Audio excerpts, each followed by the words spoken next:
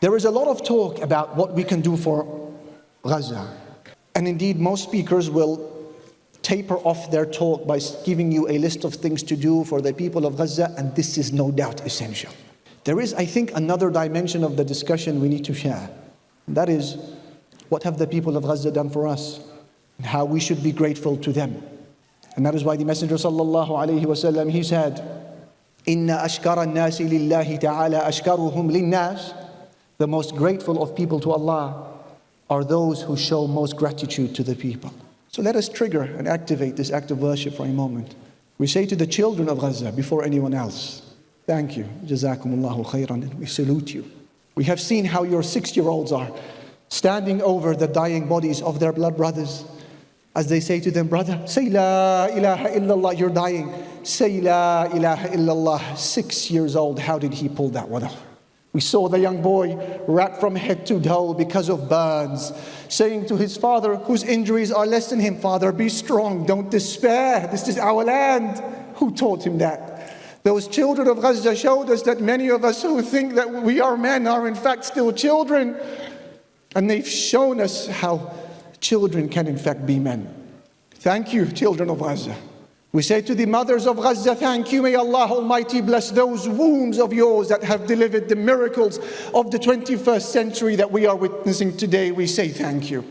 May Allah Almighty bless your tarbiyah and your nurturing and your upbringing. This is in fact what they are decking in Gaza. It is the spirit that you have fostered in the hearts of the Muslims.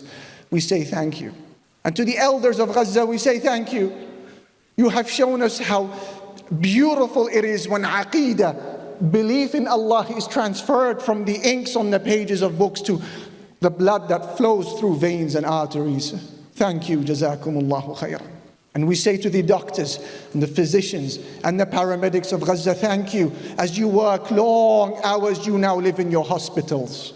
And you have seen with your eyes in the last 6 weeks that which no mountain could bear, let alone a human being. And when you thought it couldn't get any worse, your children come to visit you in the wards, but not as alive children. They come to you in body bags, and you hug the body bag and you cry. Then you stand up and you bury your pain and you wipe away the tears and you continue your duty to the Muslims there in Palestine. We say thank you to the doctors and the physicians, to the journalists who know that they are now on the IDF hit list because of the crime of exposing the crime of the occupier. 50 of them killed to date. We say thank you. To Wa'il al-Dahduh and his likes, whose family were killed live on air.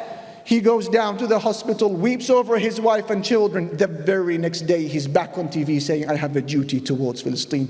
How did you pull that one off? We say thank you, jazakallahu khairan.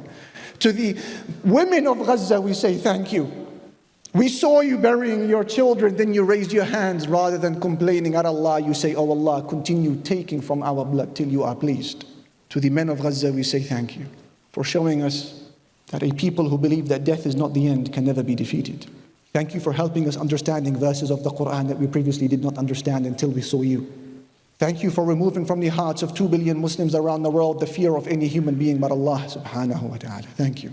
Thank you for reminding us at a time when we thought that the Ummah of Islam had died. You have just shown us that the Ummah has a pulse. Not just that, the Ummah is brimming with life.